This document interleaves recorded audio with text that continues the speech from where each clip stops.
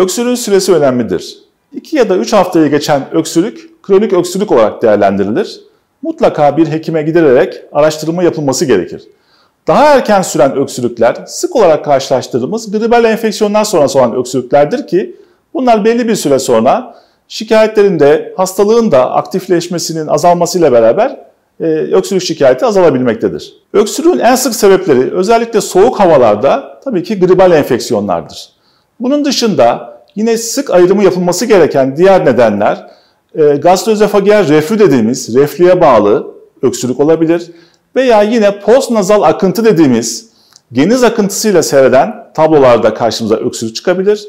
Bunların bir kısmında da alerji kaynaklı astım benzeri bazı hastalıkların seyri sırasında yine öksürük karşımıza çıkabilir.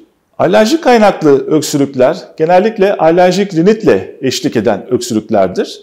Buradaki öksürük kuru vasıfıdır. Yani balgam yoktur. Sabaha karşı olan öksürük, beraberinde olan göğüste hırıltı, hışıltılı solunum, burun akıntısı, burunda kaşıntı, gözlerde yaşarma, gözlerde akıntı gibi ekstra alerjik rinit şikayetleri ve semptomları da alerjik kaynaklı öksürüğe eşlik edebilir.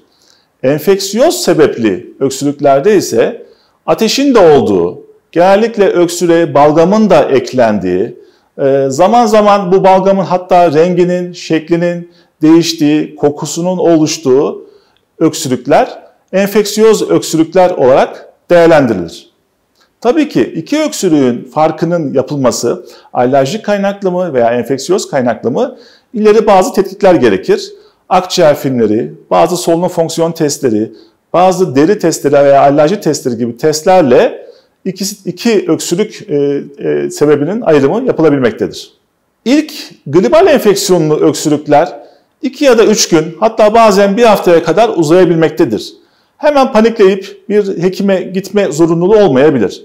Ancak öksürüğün şeklinin değişmesi, beraberinde balgam eklenmesi, hatta bazen öksürürken kan eklenmesi, kan tükürme dediğimiz, hemoptizi dediğimiz bulguların eklenmesi veya bu şikayetlerle beraber göğüs ağrısının oluşması gibi yani öksürüğün yanında diğer başka şikayetlerin eklenmesi ya da süresinin uzaması 2-3 haftayı geçmesi durumunda mutlaka bir hekime gidilmesi gerekir.